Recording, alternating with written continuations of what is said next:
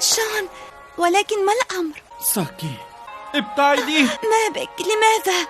أنا آسف، أريد أن أبقى وحدي. لوحدك؟ أجل. هل أنت مستعد للتخلي عنا لتبقى لوحدك؟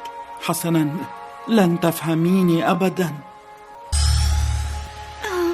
لا أظن أنني سأراكِ لفترة. ماذا تقصد؟ لن أستطيع ذهاب مدرسة، يجب أن أتعب. هل أنت مريض؟ أجل، مريض، أعرف، أشرح الأمر. مرضاً جسدياً. حسناً، يجب أن أذهب. انتظر، يمكنني أن أزورك؟ لا أعلم، لم يعد بإمكاني أن أبقى في المنزل. لأين ستذهب؟ إلى جناح يستخدم للعلاج. ولكن أين يقع هذا؟ آسف، لا يسمح لي أن أقول شيئاً. شون، هل أنت وحيد حقا الآن؟ ماذا عن سوبارو؟ إنه منزل، أردت أن أمشي قليلاً ولهذا خرجت لوحدي. ماذا يمكنني أن أفعل لأساعدك؟ شون، أنت كنت دائما.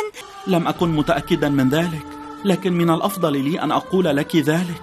أتذكرين ما حدث في المخيم قبل عامين؟ أجل. ختم ريجين قوانه، لكنني ظننت حينها أننا أخفينا الحقيقة، لكننا لم نخفها. ساكي، لم أكن متأكدا من ذلك. لم نخفيها؟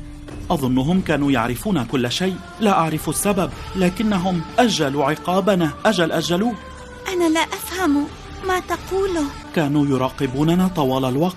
ربما فات الأوان على تحذير مهم كهذا، لكن احذري من القطط يا ساكي. القطط؟ تعني القطط المخادعة؟ يمكنك أخذ هذه، تفضلي. ما هذه؟ خدعة لتبقي القطط بعيدة عنك، صنعتها بنفسي. مشابهة للتي مع سوبارو؟